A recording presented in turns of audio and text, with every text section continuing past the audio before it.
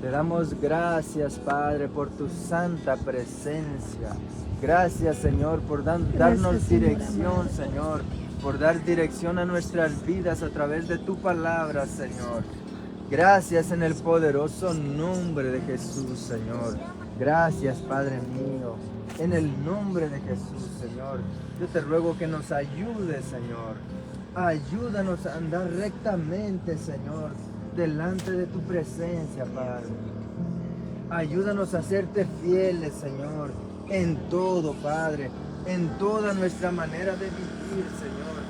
Ayúdanos a disponer nuestros corazones, Señor, para darte gloria, para darte alabanza, Señor, en todo tiempo, Señor. Yo te ruego, Señor, que nos ayudes a meditar siempre en tu palabra, en todo tiempo, en nuestros corazones, Señor.